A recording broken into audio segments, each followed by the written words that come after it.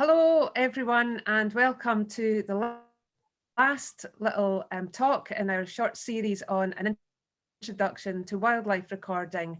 We've just been supporting the Tees Valley Nature Partnership and their focus on wildlife recording during March this year.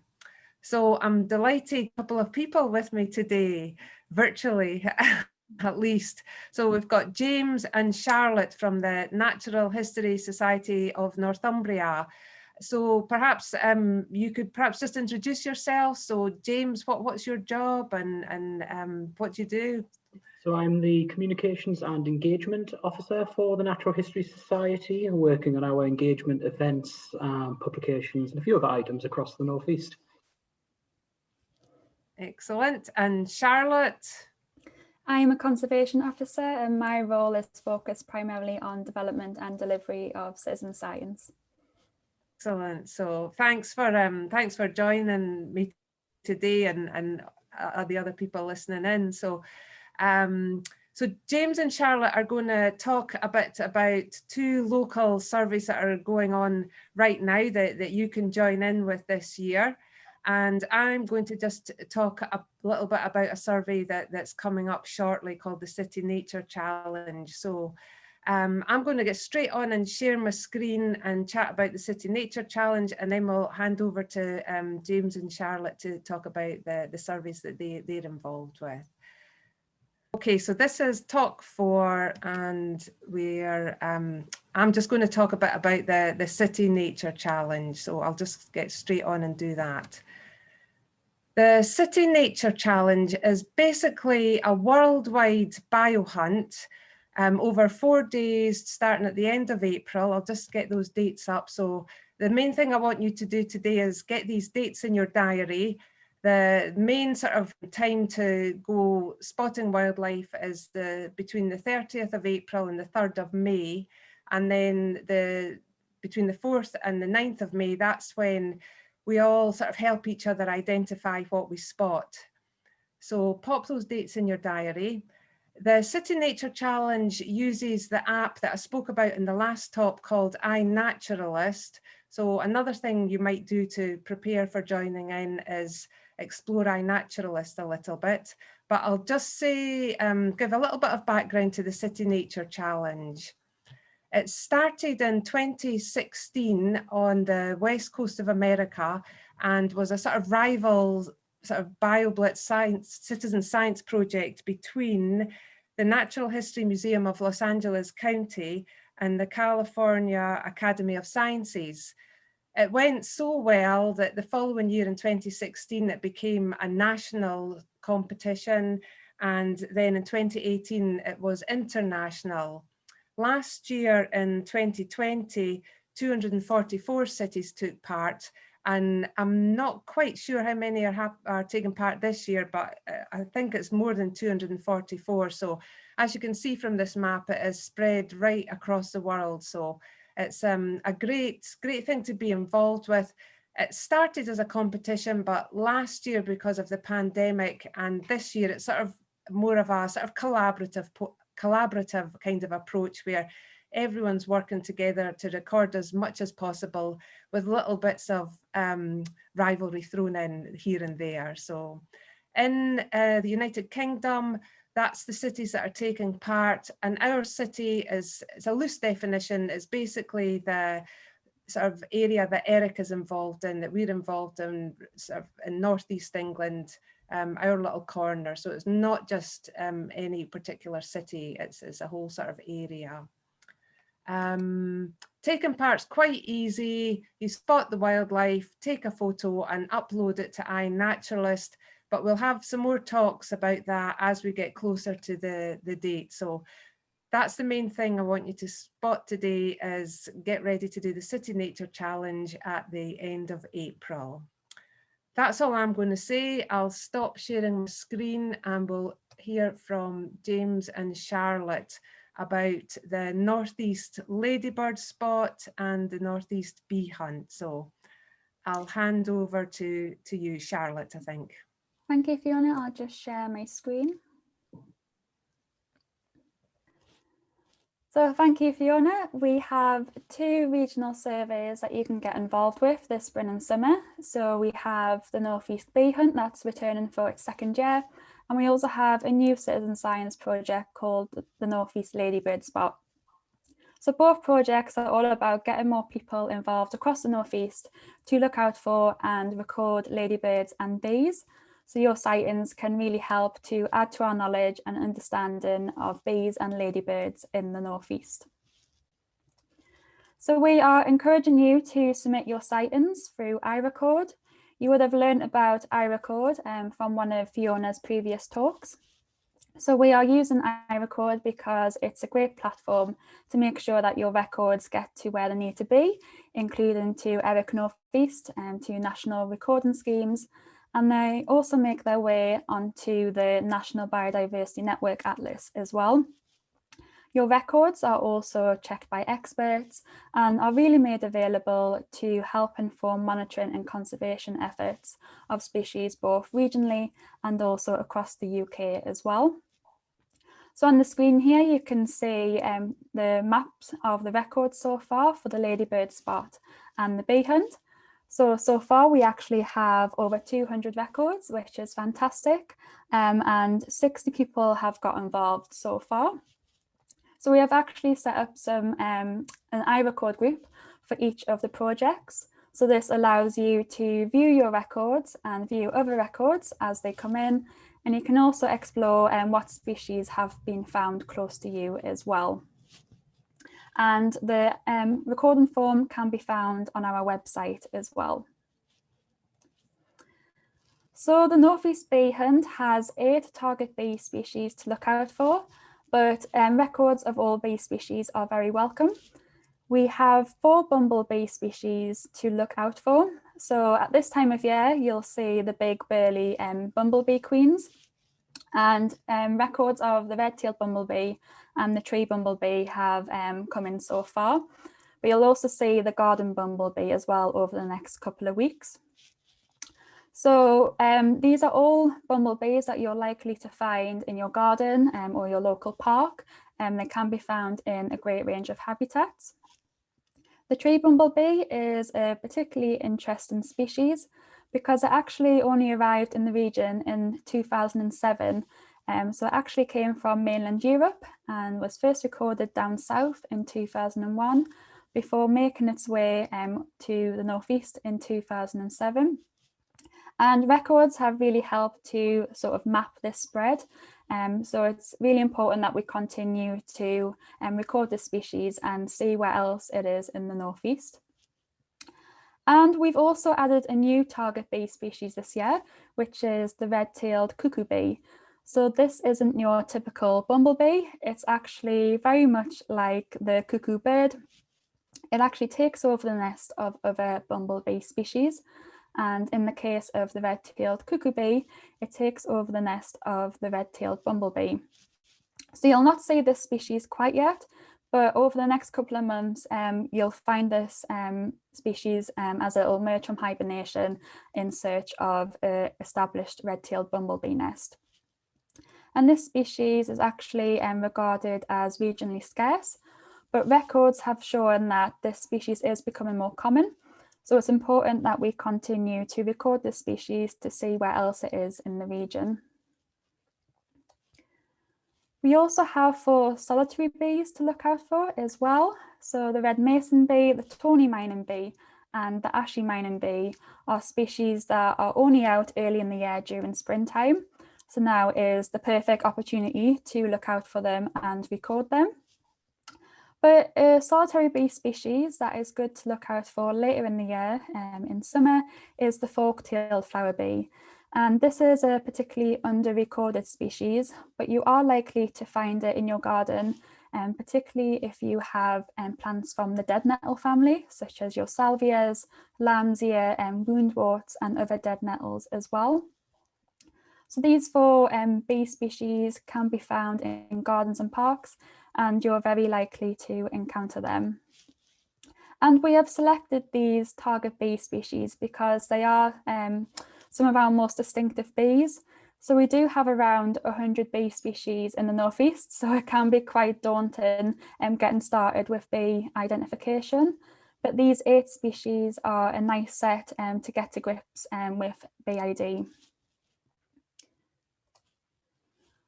For the North East Ladybird Spot, we also have 9 target ladybird species to look out for, but again, all records are very welcome.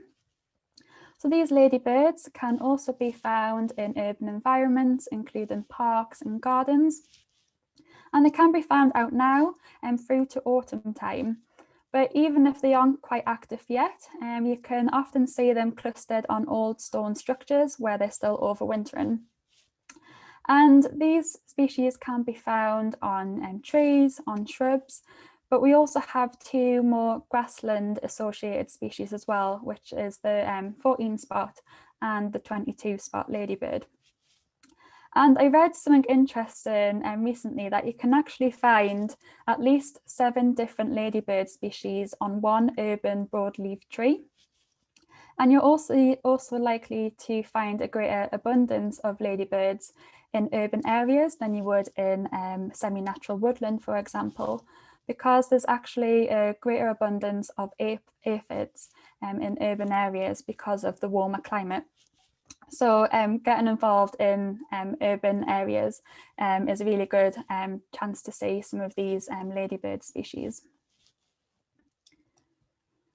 So taking part is really simple. I've just got 2 examples of records here. When you spot a bee or a ladybird, you just need to think about the 4 different areas of your sighting, which Fiona would have told you all about in previous talks. So on the left here, I've got a record of the buff-tailed bumblebee that James has submitted. So you can see there, you just need to know what species, when you found it, the location where you found it, and also who found it. And it's the same for both submitting your bee record and your ladybird record. So you can see how this translates into the iRecord recording form that we have set up for both the bee hunt and the ladybird spot. So the form can appear quite daunting because there's a lot of boxes to fill in, but again, you just need to think about those 4 different areas of your sighting. And also, if you can, it's really important to also add a photo of the species you have seen, because this helps experts to confirm your record. And if you have got the species incorrect, that's absolutely fine. And the photo will enable the expert to redetermine your species as well. And the recording forms can be accessed on our website at nhsn.org.uk. The hardest bit probably is actually identifying your species, but we have some very helpful species profiles on our website. So we have species profiles for all target ladybird and bee species. So on the profiles, you'll find plenty of photos to help you match up your species. It'll go through the identification and also the life cycle and ecology as well. But if you do have trouble with identifying what you found, please do get in contact with us. And you can also get in contact with us by social media as well, by using the hashtags #AnyLadybird and the North East Bee Hunt. And I'm now going to pass you over to James, who will talk about some of the other resources we have for you as well. Thank you, Charlotte. So one of the other great aspects about citizen science, further to the actual act of going out into the field and recording, is actually the learning process of being involved. And as part of both the Ladybird Spot and the Bee Hunt, we are trying our best to bring you as many resources as possible to help you notice nature wherever you are in the region. On the NHSN website for both projects, you will find not only the species profiles, but a lot of helpful blog posts on a wide range of subjects. Relating to ladybirds, we have guides to the resources you can use to help you identify ladybirds in the field. We also have more about the anatomy and the life cycle of ladybirds, which touches on how you can start identifying juvenile ladybirds.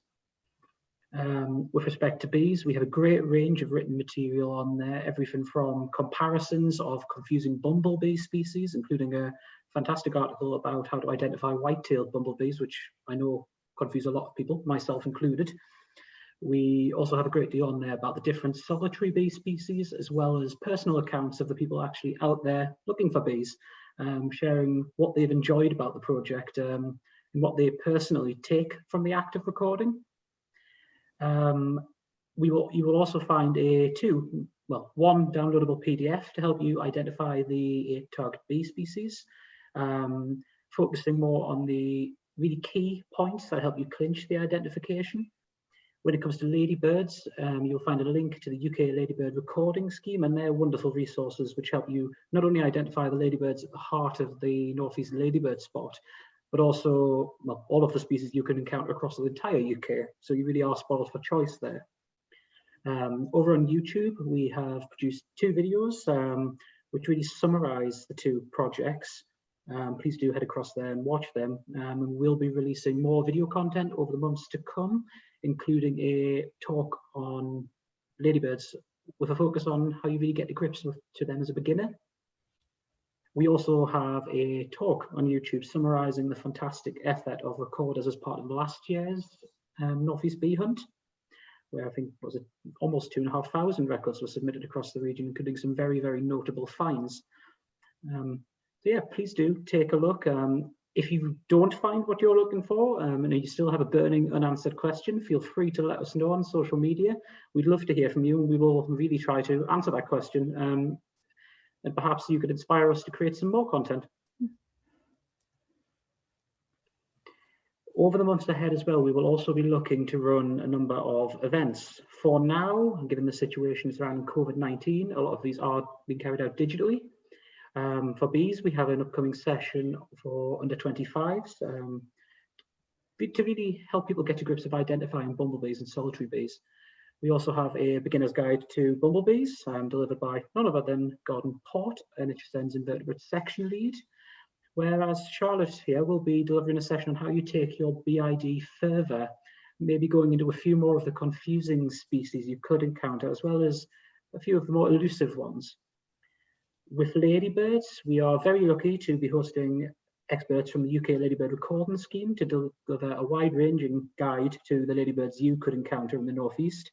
And we'll also be hosting a Ladybirds for Beginners session. There are places available on all of these events. Everyone is welcome to attend. Please do take a look at our website for further information. Thank you for that, and I'll hand you back to Fiona. Thanks for that, Charlotte and James. It's great to know you've got so many fantastic resources there. So they've sort of built up a bit over the last year with the bee hunt last year, and just collected them together. With regards to bees, we were very lucky to be able to produce a great number of resources last year, many of which still apply now to the target species. We're also constantly creating new blog posts in particular. Video content is quite a new and exciting thing for the 2 citizen science projects, and something we'll be doing a lot more of, so that is very much new. And of course, over on social media, we're constantly trying to help demystify some of the ID issues you may encounter with bees and ladybirds. Yeah, I think it can seem a bit daunting when you start, looking at something new, and then having a closer look, it can seem a bit overwhelming. So I think it's a really good idea to have these sort of focused surveys, and it just helps you sort of concentrate on a few things and just build your knowledge gradually. So that's really great. Yeah. So I was just to ask a little bit about and I'll just say the area that the bee hunt and the ladybird spot cover, it is all our sort of Eric region. That's right, Charlotte, just right up to Scotland. Yep. And the whole area. So do you find there's sort of a spread of participation? Or there, it's obviously going to be a little bit urban centric, but what's like the sort of uptake across the region? Well, last year there was quite a good spread of records. The majority of people were recording in their gardens, which is brilliant. This year we are expecting more records to be from gardens and parks due to the current restrictions, but that's just as important to record in your gardens and parks than it is to record in a nature reserve, for example. Just to add to that, we've had wonderful participation so far from the Vice Counties, South Northumberland and Durham. But if anyone is out there who lives in North Northumberland, particularly in the Alnwick, Morpeth or inland areas, please do contribute, because there are gaps in our knowledge of what exactly exists in those places, and it would be wonderful if you could help. Yeah, there's a particular species around the Alnwick area that's out at the minute. It does have very few records. It's called the hairy-footed flower bee. So it's got quite a strange distribution in the northeast. It's very clustered around the Alnwick area, but this solitary bee is out now. So if you live in North Northumberland, it's definitely worth looking out for this species. Have you got any information about the Tees Valley and Upper Teesdale? Anything standing out there with any records or information? So last year, I'm putting you on the spot a wee bit here. So last year we received quite a number of records from Teesdale, particularly of the bilberry bumblebee. So the bilberry bumblebee is quite a special bee. The region's very important for this species. It's not as common as other bumblebees, and you'll typically find it in more upland habitats in heath. So we did receive a few records of the bilberry bumblebee, both in the North Pennines and Northumberland, which is always good. It's great. But yeah, the take-home message is all records from everywhere is the main thing. So please do get out there spotting things and recording them. It's only through the efforts of volunteers that we can get all this information.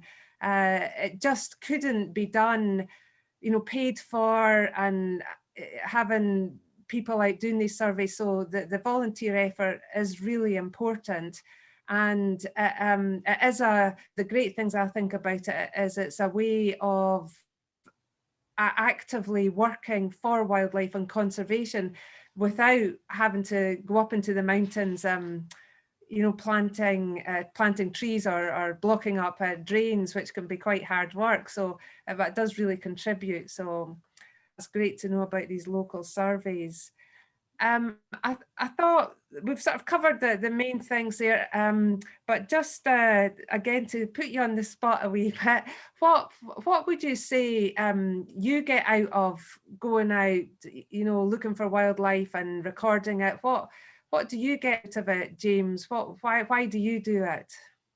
Well, I think for me, as someone who lives in an urban area, who is marooned in central Newcastle, as it were, for me, it is about uncovering the wealth of life you can actually find in what many people think of as quite a depleted habitat. I do most of my recording within a mile of home, and it constantly surprises what can actually be found, and the diversity of things in places that other people wouldn't necessarily look.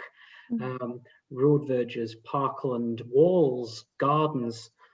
I just think it's fascinating, and through recording you also develop a real feeling for how the seasons change. So much so that after a while you can sort of predict down to the week when a certain insect is going to appear or when a flower is going to open, and you actually develop somewhat of a personal relationship with these things as well. It's down to the same patch of nightshade, you can say, is going to flower every year at the same time. I just find the whole thing fascinating. Great, thanks. And Charlotte, what about you?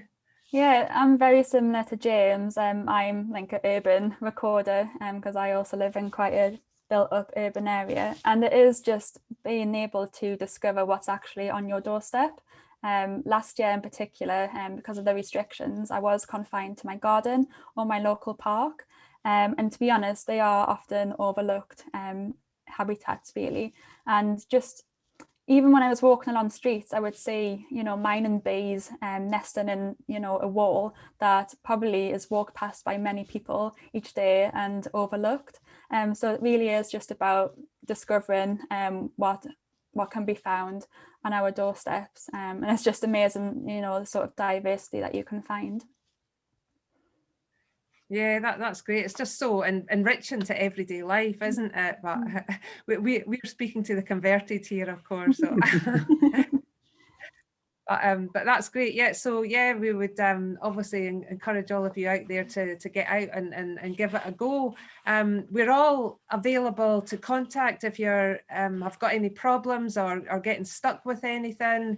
We'll have all the contact details sort of following on from the talk here. So just get in touch and on our social media or email contacts, and we'll try and help you and support you with your wildlife recording out there. So James and Charlotte, just want to say thanks so much for joining in with us. It's nice to hear your points of view, and great to get that background information about these 2 local surveys that are going on now, so you can join in, everyone. So thanks, James and Charlotte. Thank you. And thank you for watching.